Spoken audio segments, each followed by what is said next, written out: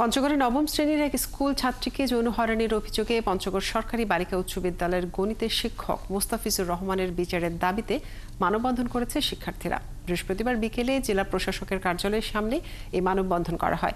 এ সময় শিক্ষার্থীরা জানান, মোস্তাফিজুর রহমান নানাভাবে শিক্ষার্থীদেরকে যৌন হয়রানি করে আসছিল। তার বিরুদ্ধে এর আগে প্রধান শিক্ষক সহ জেলা প্রশাসকের কাছে লিখিত অভিযোগপত্র দিয়েও কোনো প্রতিকার পাননি তারা।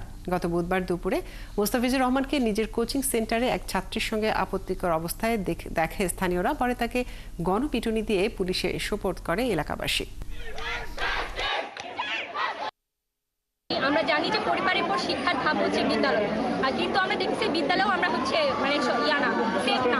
আমাদের সিনিয়র এক আপুকে আমরা নাম বলতে চাচ্ছি না, আমাদের আপুর সাথে এই ধরনের ঘটনা ঘটেছে। আমরা যখন সেটার জন্য জাস্টিস চাইছিলাম তখন আমাদেরকে জাস্টিস দেওয়া হয়নি। তো সেদিন যদি স্টেপ নেওয়া হয়তো আজকে তো আমার বোনকে এভাবে কষ্ট পাইতে হইতো না। স্যারের কাছে ওকে মেয়েরা সেফ না, ব্যাচে করে ওকে মেয়েরা সেফ না। আমরা এটা উত্তরটা চাচ্ছি। পুরো শিক্ষক জাতির নামে তিনি এখানে বদনাম করে দিয়েছেন। এরকম শিক্ষক আমাদের পঞ্চগড়ের মাটিতে ইনশাআল্লাহ কোনোদিন জায়গা পাবে না, আমরা জায়গা পেতে দিব না ইনশাআল্লাহ।